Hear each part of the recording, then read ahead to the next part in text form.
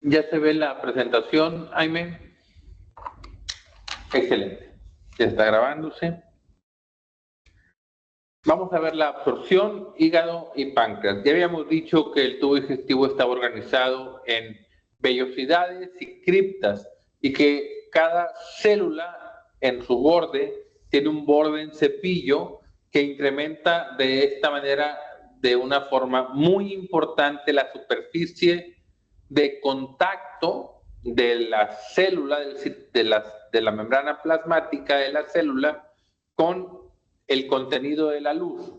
Pero al final tiene que estar ahí el contenido, ¿no?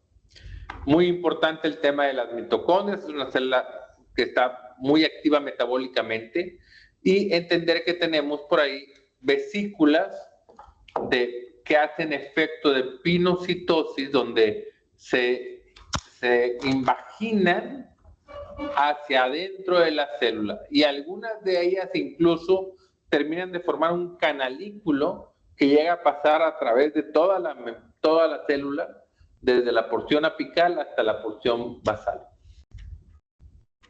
Tenemos aquí estas microvellosidades que tienen una gran cantidad o una importante estructura citoesquelética con filamentos de actina y miosina que permiten el movimiento y barrido, que eso también incrementa o mejora la digestión. Digamos, la ruptura de las moléculas y el contacto de las moléculas que están en la luz con enzimas. Ya habíamos visto los capilares que están en la vellosidad, ya hemos platicado del tubo quilífero, que es el linfático que va en el centro de la vellosidad. Y ahora sí empezamos con la absorción y digestión. La digestión de las grasas, ya habíamos platicado que muy importantemente la grasa junto con bilis se emulsiona. Eso hace que la grasa, que es una gota que no se mezcla con el agua, en presencia de sales biliares se forman muchas microgotitas, y esas microgotitas le vamos a llamar grasa emulsionada. Y esa grasa emulsionada está más en contacto con las enzimas, en este caso la lipasa pancreática, que va a romper las grasas en ácidos grasos libres y monoglicéridos. Normalmente la absorción de los diferentes sustratos es diferente en las diferentes zonas del tubo digestivo. Por ejemplo, los carbohidratos se absorben más en la parte media del intestino delgado. Aquí la parte alta es considerada la primera porción del yeyuno. O sea, el duodeno absorbe poquito, está muy cortito, ¿no? Acuérdense que el duodeno es nada más la C, donde está la ampolla de Vater, está ahí el páncreas, y lo que sigue pues es la parte alta del tubo del intestino delgado, la parte media, y la parte baja es ya el ilion. En la parte media se absorben principalmente los carbohidratos, porque aquí tenían muy pocas enzimas y ya se siguen digiriendo, ya se absorbieron mucho, se queda poquito. Los aminoácidos en todo el tubo digestivo de forma similar. Las vitaminas hidrosolubles y liposolubles al principio, porque tiene que haber un mecanismo muy eficiente para su absorción. Otras sustancias se absorben en la porción final, particularmente los anticuerpos, por otro lado los ácidos biliares en la porción final del intestino delgado, y la vitamina B12. Dijimos que las vitaminas eran más en la primera parte, excepto la vitamina B12. En el colon prácticamente no se absorbe nada, aunque sí se absorben algunos anticuerpos y ácidos grasos de cadena corta. Dijimos que la vitamina B12 es la porción final del intestino delgado, y los diferentes electrolitos, cómo se absorben en las diferentes zonas del tubo digestivo. El sodio, por ende, el agua, muy importantemente en el colon. La degradación, muchachos, de los azúcares. Uno de los prototípicos del azúcar que consumimos pues es el almidón. El almidón que está presente en muchas frutas y verduras. El almidón contiene cadenas de glucosa. glucosa, glucosa, glucosa, glucosa, en cadenas que son enlaces 1,4, una cadena recta, o enlace 1,6 más 1,4, donde este enlace 1,6 hace que se ramifique la porción del almidón que está ramificada se llama amilopectina. La porción del almidón que está en cadena lineal se llama amilosa. El conjunto de los dos es el almidón. La amilasa es muy buena para romper e hidrolizar los enlaces 1,4. Entonces, estas cadenas largas 1,4 se convierten en maltosa, 2 glucosas, maltotriosa, 3 glucosas o más de 3 oligómeros de glucosa. Esta partición se da repetidamente hasta que tengo la glucosa libre. Cuando tengo enlaces 1,6 necesito otras enzimas que vamos a ver ahorita más adelante para partirla. Tenemos otras enzimas como la glucoamilasa, sacarasa e isomaltasa que rompe a la maltosa y maltotriosa en glucosas. Y la dextrina, 1-alfa, que rompe el enlace 1,6. ¿Ok? Al final yo tengo glucosa sola.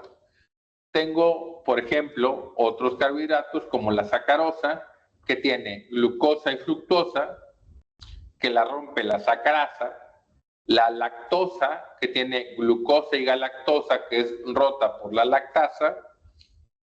Ya dijimos que los almidones, que son rotos por la amilasa, la maltasa y algunas dextrinasas, que son los demás enlaces, ¿no?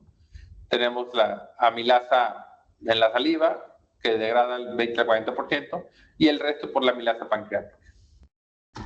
Aquí está la amilasa pancreática que rompe el almidón, además la lactosa, sucrosa y trialosa, que están en la luz. Estas se liberan hacia la luz. Pero tenemos luego en la membrana glucoamilasa, que es la que rompe el enlace 1,4, sucrasa, isomaltasa, trialasa y lactasa, que aquí en la luz es donde, por ejemplo, la sucrasa rompe la sucrosa, la trialasa rompe la trialosa. Aquí están en la luz pegadas en la membrana en el borde del cepillo. Aquí está la sacarasa, que rompe la sacarosa en glucosa y fructosa. Dijimos que la glucosa pasaba por un cotransportador de glucosa con sodio, SGLT1. Este mismo SGLT1 pasa la lactosa,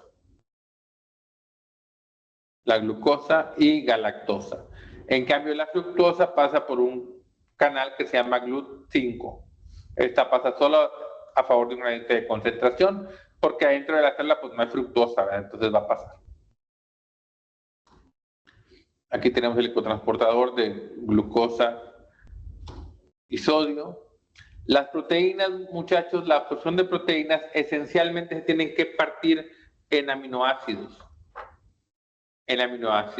Tenemos la pepsina, que dijimos que se producía en las glándulas gástricas, y esto activa a otras enzimas como son la tripsina, quimiotripsina, carboxispeptidasas, proelastasas.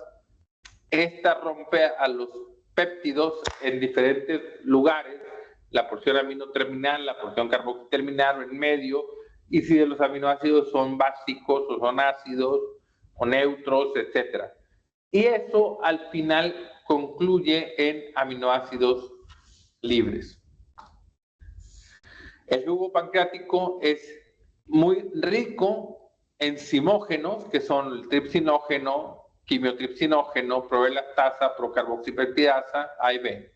Y estos, a través de la tripsina, se rompen en sus enzimas activas y la tripsina se convierte del tripsinógeno por otra tripsina y por la enteroquinasa que está pegada en la membrana del enterocito.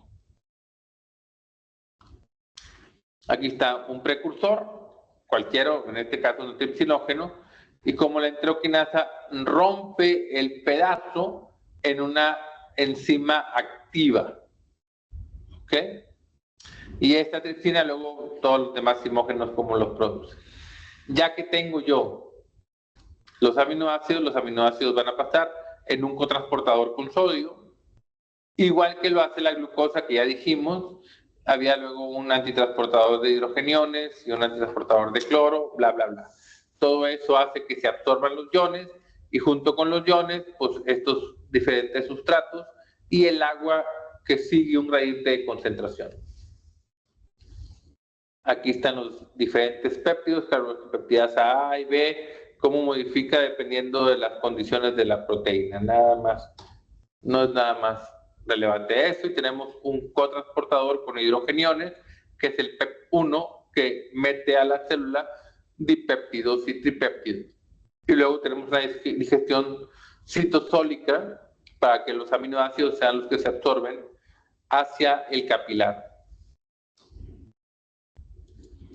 Aquí están las pequeñas cantidades de los aminoácidos, esto está repetido. Las grasas, muchachos, que tenemos un triglicérido, glicerol más 3 cadenas de ácidos grasos por enlaces ésteres y que la lipasa pancreática rompe estos enlaces para producir un monoglicérido en la porción 2 y 2 ácidos grasos libres. Y esos ácidos grasos libres del triglicérido y el monoglicérido se va a absorber en el borde del cepillo y dentro de la célula se va a convertir en triglicérido que se empaqueta en el retículo endoplásmico, donde el retículo endoplásmico rugoso le pone algunas proteínas y el aparato de Golgi para exocitar los kilomicrones, que es donde están la mayor cantidad de los triglicéridos que se absorbieron. Observen cómo los triglicéridos llegan hacia la circulación linfática, pero se absorben como ácidos grasos libres y monoglicéridos. Esto es lo mismo, ¿no? Monoglicéridos y que luego se convierten dentro de la célula en triglicéridos y se estructuran en kilomicrones. Habíamos platicado también de las sales biliares y lo importante que era, que se producen en el hígado, que para producir las micelas y emulsificar las grasas, y esto facilita la ruptura de las grasas, ¿no? Esto ya lo platicamos, ya lo vimos. En el colon, las bacterias, muchachos, cuando llegan grasas al colon, esencialmente se produce acetoacetato, propionato y butirato, que son ácidos grasos de cadena corta. Y estos finalmente se reabsorben llegando a ser hasta el 10% de las calorías diarias y son muy importantes para la salud de las células epiteliales, tienen efecto antiinflamatorio, anticancerígeno y ayudan en el control de glucosa esencialmente porque son calorías saludables. La absorción de hierro tiene particularidades porque necesitamos para la absorción de hierro varias moléculas, algunas de ellas que se producen en el estómago, y luego el hierro se absorbe en su forma férrica, se reduce a su forma ferrosa y de la forma ferrosa entra a la célula y luego se vuelve a convertir en la forma férrica para combinarse con la ferritina. Y luego sale de la célula con un facilitador, la ferropontina, y se une en la sangre a la transferrina. Entonces, tenemos la ferritina, la transferrina, importantes en el metabolismo del hierro, en la absorción del hierro. Por otro lado, muchachos, tenemos el tema importante de la absorción de calcio, que es estimulada, obviamente, por la vitamina D, 1,25 dihidroxicolecalciferol, que es activada en el riñón por la hormona paratiroidea y eso produce o sintetiza proteínas fijadoras de calcio que ayudan a la absorción intestinal del calcio. Las vitaminas, algunas son hidrosolubles, otras son liposolubles. Entender que las liposolubles requieren grasa para absorberse y las hidrosolubles prácticamente se absorben de forma natural. No entremos a detalles, pero esencialmente entender que es muy importante conocer que hay algo llamado índice metabólico porque uno de los problemas más importantes, muchachos, termina siendo la obesidad. Y la obesidad es un desequilibrio entre la ingesta, absorción de calorías y el gasto. Por lo tanto, si estamos viendo un tema relacionado con obesidad y un dispositivo que tenga que ver con la obesidad, estamos afectando algo de estas condiciones. Desde el punto de vista energético, entender que todo organismo produce o quema ciertas calorías, eso se llama índice metabólico, y que dependiendo del trabajo realizado se consume más calorías. Entender el tema de cómo se define la obesidad por medio del índice de masa corporal, en donde cada persona, en función de su altura, se traduce a un índice de masa corporal que puede ser normal, sobrepeso o obesidad. 25 a 30 y más de 30. Entender el tema de las calorías, entender que se puede medir en función del consumo de oxígeno y las calorías que nos dan esencialmente cada uno de los componentes. En este caso, también mencionar que hay algunas hormonas que disminuyen el deseo de ingesta, le vamos a llamar anorexigénicos, o estimulan la ingesta, en este caso orexigénicos. Los más importantes anorexigénicos pues es la leptina, la insulina, y los más importantes orexigénicos son, por ejemplo, la grelina, aunque está también por ahí el cortisol, neuropéptido y endocannabinoides, bla, bla, bla. Estos, muchachos, hace que tengamos un cierto perfil que define la ingesta. Esto no le vamos a entrar a esta parte. Las hormonas peptídicas, como resumen, muchachos, las hormonas peptídicas gastrointestinales, las más importantes: gastrina, colecistocrinina, secretina, grelina, mutilina, péptido similar al glucagón, que es una incretina que ayuda en el metabolismo de carbohidratos, donde se producen las diferentes hormonas intestinales. Gastrina, obviamente, como su nombre lo indica, en la porción final del estómago y la porción inicial del tubo digestivo. La secretina más en el duodeno y la primera porción del yeyuno. En relación con los estímulos, por ejemplo, en este caso el ácido, que produce la secretina para inhibir el vaciamiento gástrico. La mutilina en todo el intestino delgado, el péptido intestinal, el péptido insulinotrópico gástrico, que se produce en función de la concentración de glucosa, así como el péptido parecido al glucagón, GLP-1, la colecistoquinina, que esencialmente es estimulada por los ácidos grasos, que también reduce el vaciamiento gástrico, como lo platicamos, y aumenta la liberación de sales biliares. Observen cómo las sales biliares en relación con las grasas, súper bien. Los péptidos y aminoácidos en relación con la absorción. La secretina esencialmente por el pH, por el tema del bicarbonato, y la gastrina por el estiramiento, también alimentos ricos en péptidos, proteínas, y hay un efecto neuronal para producir gastrina, el pensar en alimento, obviamente. Y el pensar que no hay alimento, pues también me quita el hambre. Y finalmente, todas las funciones de estas diferentes hormonas, que ya las hemos platicado en varias ocasiones. Vamos a revisar el tema del páncreas e hígado exócrino, que ya dijimos mucho de esto. En el páncreas, donde se producen algunas enzimas digestivas como simógenos, Aquí están las principales enzimas que ya platicamos: amilasa, quimiotripsinógeno, lipasa, procarboxipeptidasa, proelastasa, etcétera, etcétera. Y la liberación de bicarbonato. Entender que el sistema nervioso parasimpático estimula muy importantemente la secreción exócrina del páncreas y la estimulación, además de las enzimas, de bicarbonato. Como los diferentes contenidos en el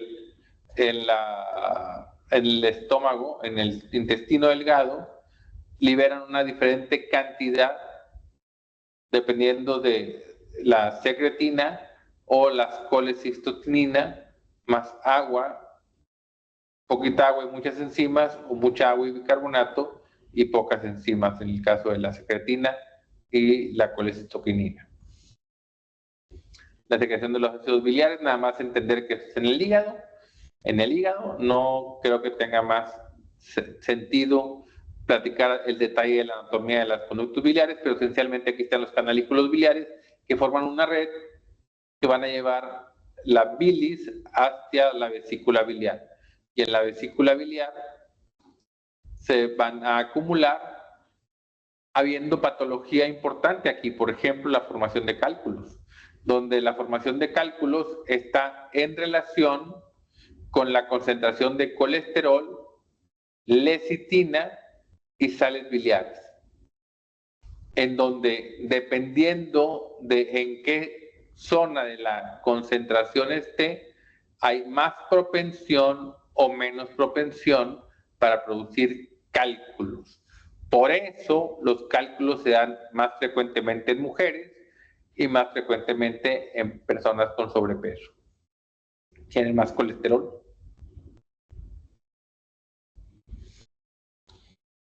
¿Ok? Las funciones del hígado esencialmente se pueden resumir en funciones dentro del metabolismo, como el metabolismo de glucosa, aminoácidos, grasas, vitaminas, la inactivación de sustancias a través de la conjugación, toxinas, romper las hormonas esteroideas y otras hormonas, sintetizan muchas de las proteínas que son importantes para la función y tienen una importante función en la inmunidad, porque el primer paso de lo que está llegando a través de la circulación por el tubo digestivo, del tubo digestivo se va a la circulación, al sistema portal y de aquí al hígado. Por lo tanto, tenemos una importante función de protección a través de células presentadoras de antígeno que están muy relacionadas con los macrófagos, las células de Kupffer. Esto es lo mismo que ya platicamos. Entender que en el hígado también se produce el metabolismo del hemo, que es la degradación del hemo en diferentes sustancias, como por ejemplo en este caso la bilirrubina, biliverdina y algunas otras que dan algunas cuestiones de color a la evacuación, color a la orina, y en una acumulación de bilirrubina incluso puede cambiar el tono de la piel a un tono amarillento, que es una patología. Las sales biliares ya lo platicamos, que esencialmente pueden ser primarias o secundarias, y las secundarias esencialmente están conjugadas, y estas se liberan hacia los canalículos biliares y se acumulan en la vesícula.